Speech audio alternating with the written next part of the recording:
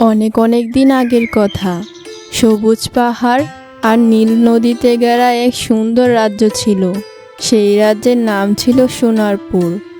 সেখানে বাস করতেন এক দয়ালু রাজা, রানী ও তার একমাত্র রাজকুমারী জহুরুতি।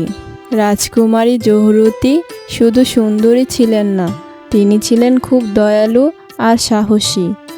প্রতিদিন প্রাসাদ থেকে বেরিয়ে তিনি গরিব মানুষদের সাহায্য করতেন, অসুস্থ পশু পাখির যত্ন নিতেন এবং ছোট শিশুদের গল্প শোনাতেন।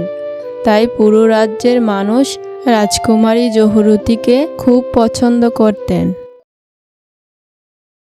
কিন্তু হঠাৎ একদিন রাজ্যের উপর নেমে এলো এক ভয়ঙ্কর অন্ধকার। সূর্য উঠলেও আলো দেখা যেত না।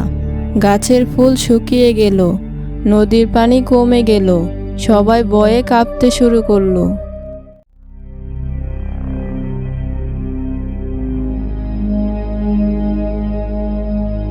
এভাবে চলতে থাকলে তো আমার এই সুখের রাজ্য ধ্বংস হয়ে যাবে।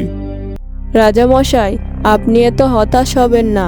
সেনাপতি তো গিয়েছে দরবেশ বাবাকে আনতে। দেখবেন উনি এসে কোনো না কোনো একটা উপায় বলে দিতে পারবেন। সেনাপতি তো অনেকক্ষণ হলো গিয়েছে, এখনো ফিরে আসছে না কেন? হ্যাঁ রাজকুমারী, অনেকক্ষণ তো হলো। এতক্ষণ সেনাপতি কি করছে?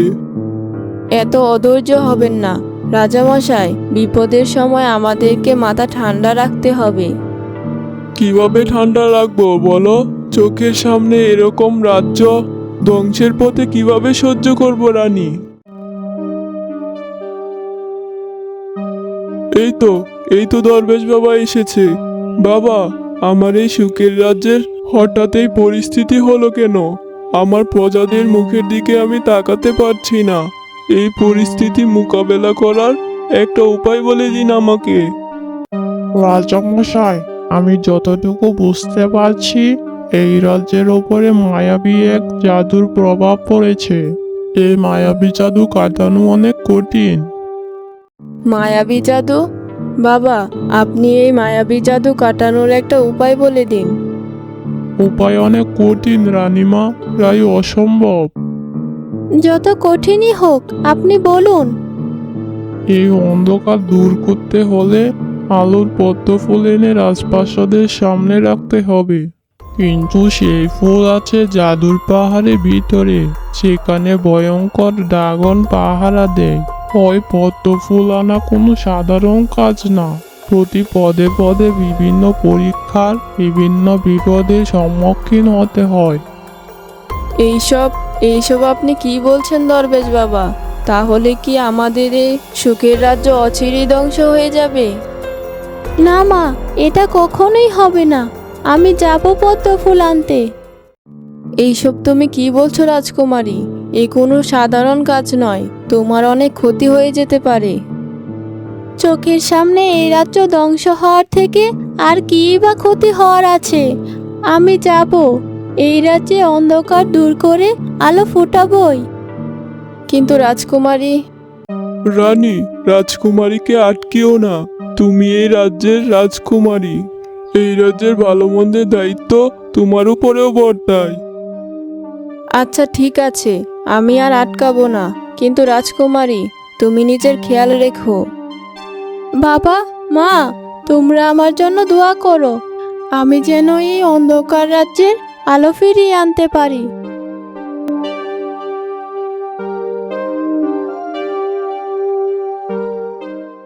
রাজা মশাই, আমার রাজকুমারীর কোনো ক্ষতি হবে না তো?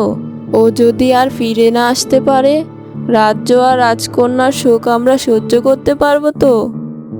এত চিন্তা করো না রানী, তুমি ভুলে যেও না তুমি এই রাজ্যের রানী। সবার আগে এই রাজ্যের ভালো মন্দ দেখার দায়িত্ব তোমার। আর আমাদের রাজকুমারী কোনো সাধারণ রাজকুমারী না। ও অনেক সাহসী এবং সৎ। দেখবে, ও ঠিক ফিরে আসবে। আপনার কথাই যেন ঠিক হয়, আমরা যেন সব বিপদ কাটিয়ে উঠতে পারি। উপরওয়ালা যেন আমার রাজকুমারীর সহায় হন। রাজকুমারী জহুরুতি সাহস করে যাত্রা শুরু করলেন।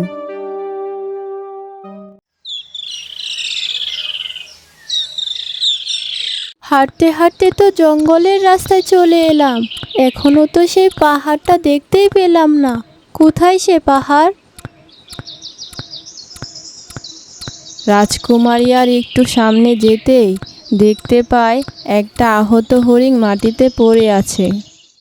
ওটা ওটা কি? ওটা তো দেখে একটা আহত হরিণ মনে হচ্ছে। দেখি তো কি হয়েছে ওর। ঠিকই তো, এটা তো একটা হরিণ। দেখে মনে হচ্ছে কোনোভাবে ব্যথা পেয়েছে। আমাকে আগে ওর ব্যথা সারাতে হবে।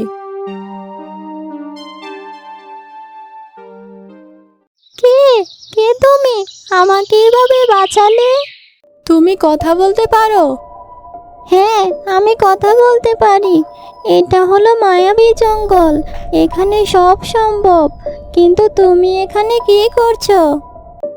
আমি হলাম সোনারপুর রাজ্যের রাজকুমারী, রাজকুমারী জহুরতি।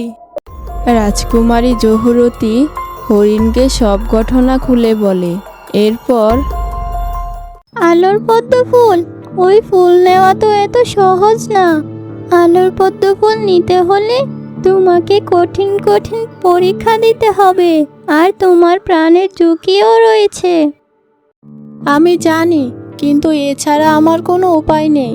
আমার রাজ্যের জন্য আমাকে এইটুকু করতেই হবে, এতে আমার যাই হয়ে যাক। বেশ, তবে তুমি যাও, আর দেরি করো না। কখনো কোনো সাহায্য লাগলে আমাকে স্মরণ করো, আমি তোমার উপকার কখনো ভুলবো না। আর এইটা রাখো, কখনো যদি রাস্তা ভুলে যাও তবে একে জিজ্ঞেস করো। জিজ্ঞেস করলেই ও সঠিক রাস্তা দেখিয়ে দিতে পারবে। বেশ, তবে আমি আসি। এই বলে রাজকুমারী সেখান থেকে চলে যায়। কিছুক্ষণ পর কেউ যেন কাঁদছে মনে হচ্ছে।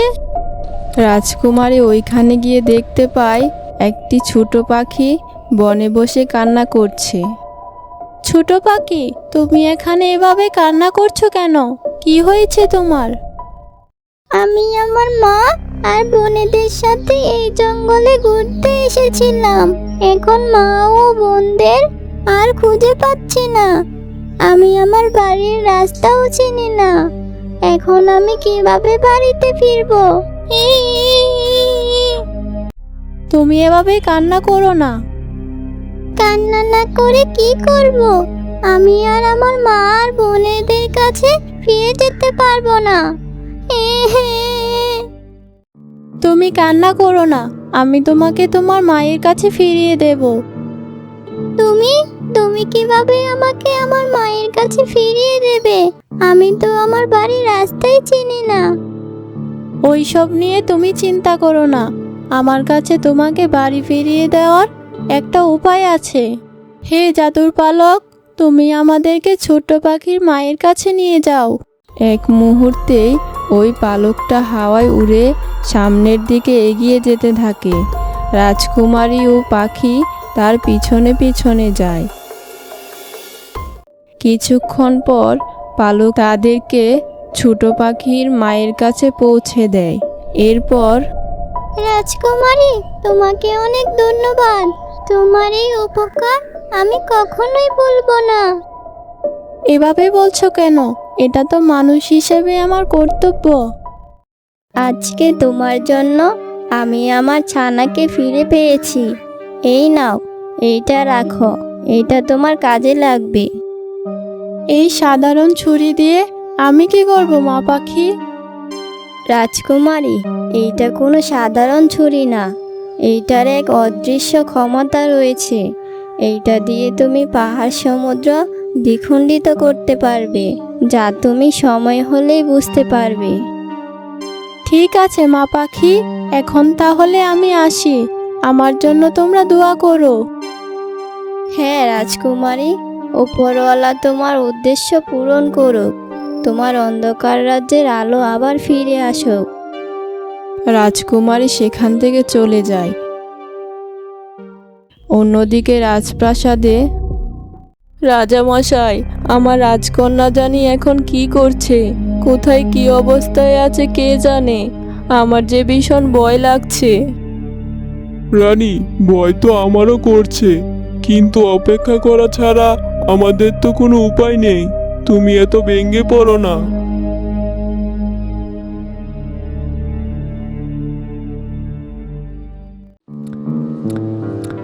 সেই কখন থেকে হেঁটেই যাচ্ছি, এই জঙ্গল যেন ফুরাচ্ছে না।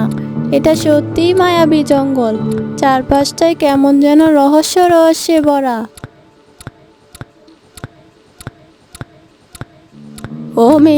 ও মেয়ে দাঁড়াও একটু। কে কে ডাকছে এই গভীর জঙ্গলে? রাজকুমারী দেখতে পায় এক বুড়িমা দাঁড়িয়ে আছে। এরপর, বুড়িমা, তুমি এই গভীর জঙ্গলে কি করছো? দেখ না মেয়ে, ওই সামনে একটা বড় নদীর জন্য ওপারে যেতে পারছি না। আমার যে তাড়াতাড়ি ওপারে যেতে হবে। ও তাই? কিন্তু এত বড় নদী পার হবে কি করে?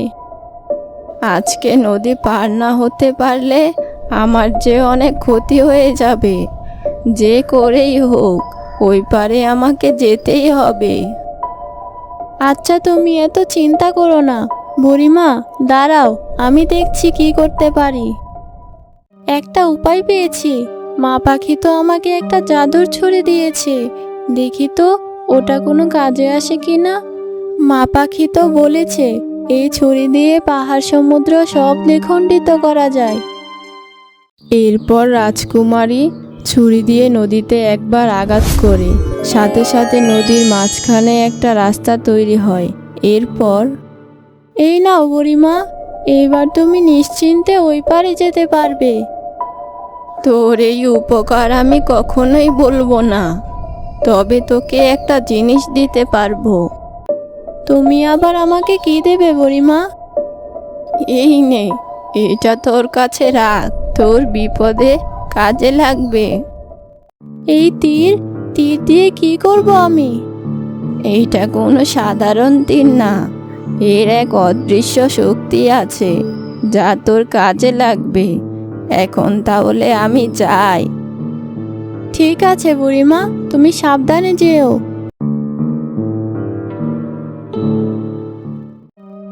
এই তো সেই গুহা, দরবেশ বাবা এর কথাই বলেছিলেন। এর ভিতরে রয়েছে আলোর পদ্ম ফুল। রাজকুমারী একটু এগোতেই গুহার সামনে বিশাল এক ভয়ঙ্কর দানব দৃশ্যমান হয়।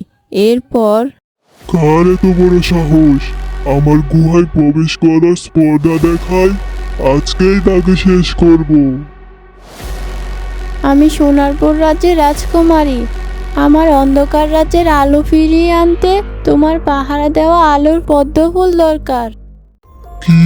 100 বছর ধরে আমি এই পদ্ম ফুল পাহারা দিচ্ছি, কেউ শক্তি দিয়ে এটি নিতে পারেনি। তুমি কেন এসেছো? এই ফুল নিতে হলে তোমার পরীক্ষা দিতে হবে। আমি ফুলটি নিজের জন্য চাই না, আমার রাজ্যে অন্ধকার নেমে এসেছে। এই ফুলের আলো দিয়ে আমি আমার রাজ্যের মানুষদের রক্ষা করতে চাই। আমি তোমার সব পরীক্ষা দিতে রাজি আছি। তুমি কি আমাকে ভয় পাও না? সবাই আমাকে দানব বলে, আমি অনেক ভয়ঙ্কর। ভয় পাই, কিন্তু কিন্তু আমি বিশ্বাস করি কারো চেহারা দেখে তার মনকে বিচার করা উচিত না। তুমি একজন সাধারণ মেয়ে, আর আমি অতি শক্তিশালী। যদি আমি তোমার উপর আক্রমণ করি তখন? তবুও আমি ঘৃণা দিয়ে উত্তর দেব না, কারণ ঘৃণা শুধু আরো ঘৃণারই জন্ম দেয়। অনেক যোদ্ধা তলোয়ার নিয়ে এসেছে, কিন্তু তুমি এসেছো দয়া আর সাহস নিয়ে। তোমার কাছে অদৃশ্য শক্তির তীর থাকা সত্ত্বেও আমাকে আক্রমণ করার একবার চেষ্টা করলে না? আমি এখানে কোনো যুদ্ধ করতে আসিনি, আমার আলোর পদ্ম ফুল দরকার। কিন্তু তুমি তো এটার রক্ষক, তোমার দায়িত্বই হলো আলোর পদ্ম ফুল রক্ষা করা। তোমার মনে কোনো পাপ নেই, আছে সততা আর রাজ্যের মানুষের জন্য ভালোবাসা। এটাই ছিল তোমার পরীক্ষা। তাহলে আমি কি সফল হয়েছি তোমার পরীক্ষায়? হ্যাঁ, রাজকুমারী জহুরতি, এই আলোর পদ্ম ফুল কেবল সেই পায় যার হৃদয় নিঃস্বার্থ আর পবিত্র। তুমি সেই যোগ্য মানুষ। দানব রাজকুমারীর সততা ও সাহস দেখে আলোর পদ্ম ফুল দিয়ে দেয়। এরপর রাজকুমারী ফুলটি নিয়ে রাজ্যে ফিরে আসে। রাজপ্রাসাদের সামনে আলোর পদ্ম ফুলটি রাখতেই চারদিকে আলো ছড়িয়ে পড়ে। শুকিয়ে যাওয়া গাছে আবার নতুন করে ফুল ফোটে।